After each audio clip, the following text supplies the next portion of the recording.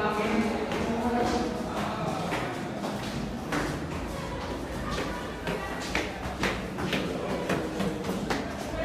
mengambil gambar atau video?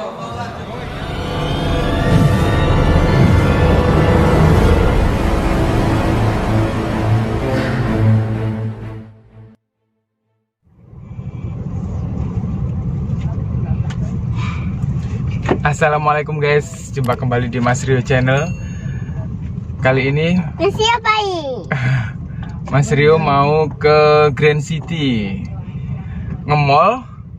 Ya, nge-mall sambil vaksin Ada COVID-19. macet. Persyaratan apa aja sih yang orang yang akan divaksin? Nanti saya jelaskan. Nonton terus video kali ini, tonton sampai habis ya. Jangan ada yang ketinggalan. Check it out. Tuar. Fakta lengkap mengenai vaksin COVID-19. Vaksin dibuat untuk mencegah penyakit. Vaksin COVID-19 adalah harapan terbaik untuk menekan penularan virus corona. Namun, mungkin masih banyak masyarakat awam yang masih mempertanyakan vaksin COVID-19, cara kerjanya, atau mungkin efek samping yang dapat terjadi. Infeksi COVID-19 dapat menyebabkan komplikasi medis yang parah dan menyebabkan kematian pada beberapa orang. Tidak ada cara untuk mengetahui bagaimana virus corona ini mempengaruhi kondisi tubuh seseorang. Jika satu orang tertular COVID-19, maka akan mudah ia menularkan virus tersebut kepada keluarga, teman, dan orang lain di sekitarnya. Lantas, bagaimana vaksin COVID-19 bisa bekerja? Berikut adalah fakta mengenai vaksin COVID-19 dan beberapa FAQ yang telah saya baca dari beberapa sumber terpercaya. Mendapatkan vaksin COVID-19 artinya bisa melindungi tubuh dengan menciptakan respon antibodi di tubuh tanpa harus sakit karena virus corona. Vaksin COVID-19 mampu mencegah seseorang terkena virus corona, atau apabila kamu tertular COVID-19, vaksin dapat mencegah tubuh dari sakit parah atau potensi hadirnya komplikasi serius. Dengan mendapatkan vaksin, kamu juga akan membantu melindungi orang-orang di sekitar dari virus corona, terutama orang-orang yang beresiko tinggi terkena penyakit parah akibat COVID-19. Apakah vaksin COVID-19 tidak membuat seseorang terjangkit COVID-19? Jawabannya, vaksin COVID-19 yang dikembangkan saat ini tidak mengandung virus hidup yang menyebabkan COVID-19. Artinya, vaksin COVID-19 tidak dapat membuat kamu sakit terinfeksi COVID-19. Jadi ada beberapa jenis vaksin yang sedang dikembangkan.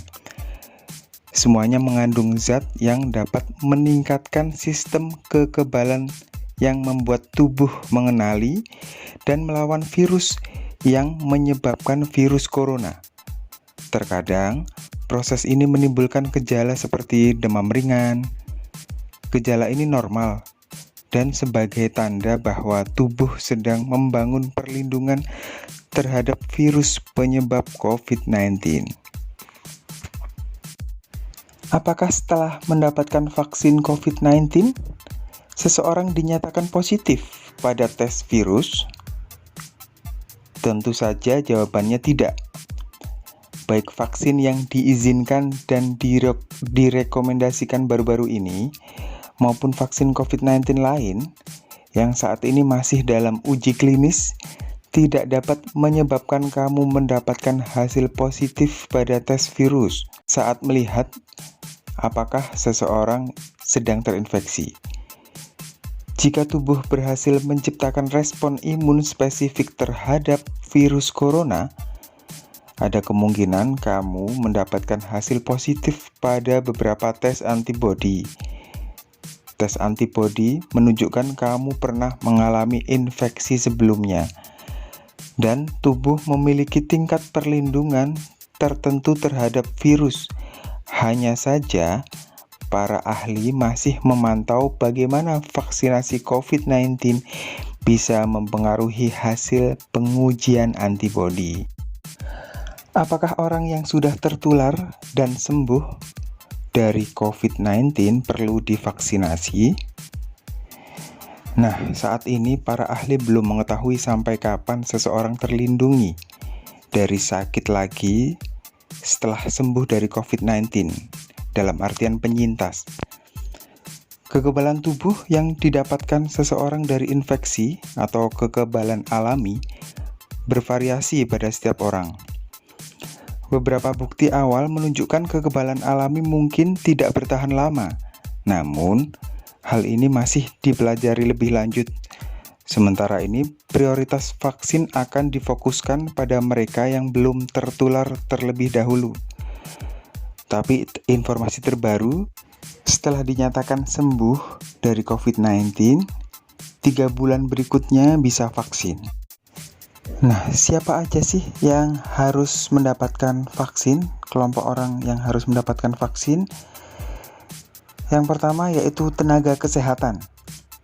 Tenaga kesehatan merupakan garda terdepan dalam melawan pandemi ini. Mereka melakukan kontak langsung dengan orang yang terinfeksi COVID-19. Secara otomatis, hal ini membuat mereka beresiko besar tertular COVID-19 dan mengalami komplikasi parah hingga berujung kematian. Apalagi banyak tenaga medis yang telah gugur selama bertugas. Itu sebabnya tenaga kesehatan merupakan kelompok prioritas utama yang memerlukan vaksin COVID-19. Yang kedua adalah petugas pelayan publik. Petugas pelayan publik seperti pemadam kebakaran, polisi, pegawai restoran atau toko, petugas yang di transportasi umum, perkantoran yang melayani pelayanan publik, pelayanan umum seperti kantor perbankan, sekolah, yang sering terjadi pekerjaannya itu berkumpul dengan orang-orang.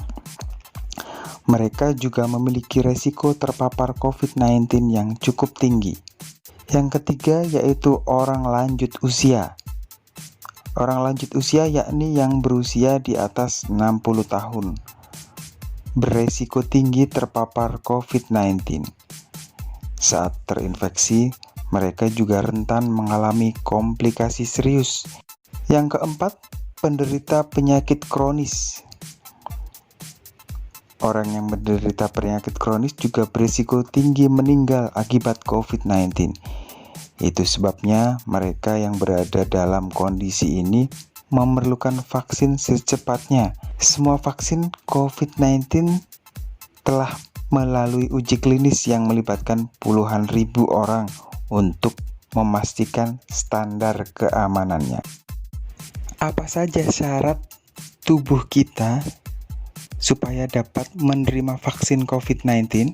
Nah, yang pertama, tidak memiliki penyakit kronis seperti penyakit jantung, autoimun, gagal kronis, rematik autoimun, penyakit saluran pencernaan kronis, hipertiroid atau hipotiroid, serta penyakit kanker. Yang kedua, tidak sedang mengalami infeksi akut yang disertai dengan demam, batuk, pilek, diare, dan lain-lain. Yang ketiga, tidak sedang hamil. Yang keempat, tidak memiliki anggota keluarga yang menjadi pasien COVID-19 atau sedang dalam perawatan COVID-19.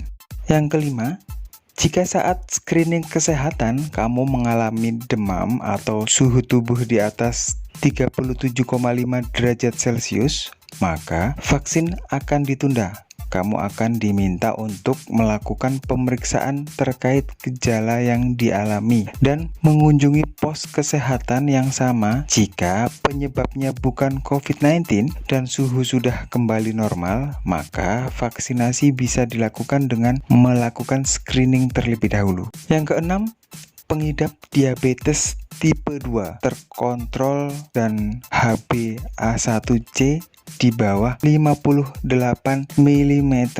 Yang ketujuh, jika kamu memiliki penyakit paru seperti asma, PPOK, atau TBC, maka vaksinasi akan ditunda hingga kondisi kamu dinyatakan baik. Yang kedelapan, untuk pengidap TBC yang masih dalam perawatan, vaksinasi dapat diberikan setelah 2 minggu menerima obat anti-tuberkulosis. Yang kesembilan, apabila saat screening kesehatan kamu memiliki tekanan darah di atas atau sama dengan 180/110, artinya vaksinasi tidak dapat diberikan atau darah tinggi ya. Yang ke-10, penyintas COVID bisa mendapatkan vaksinasi minimal 3 bulan setelah sembuh, seperti yang saya bilang di awal tadi.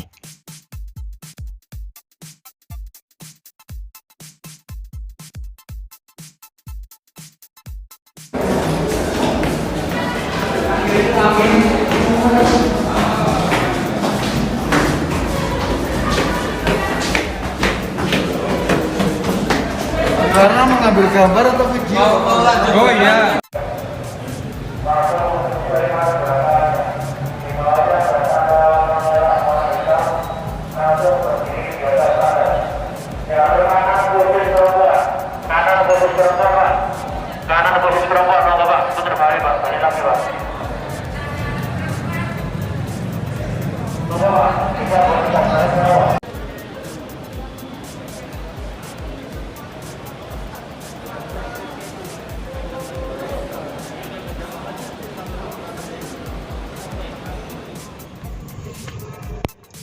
Oke guys, saya sudah vaksin tadi ya, antrinya lumayan panjang.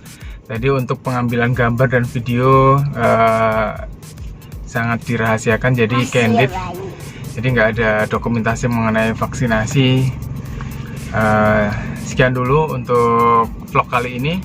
Semoga bermanfaat. Yang mau komentar silakan mengenai mungkin vaksin atau mungkin tanya-tanya sesuai yang saya jelaskan tadi. Terus untuk yang belum subscribe, silahkan subscribe.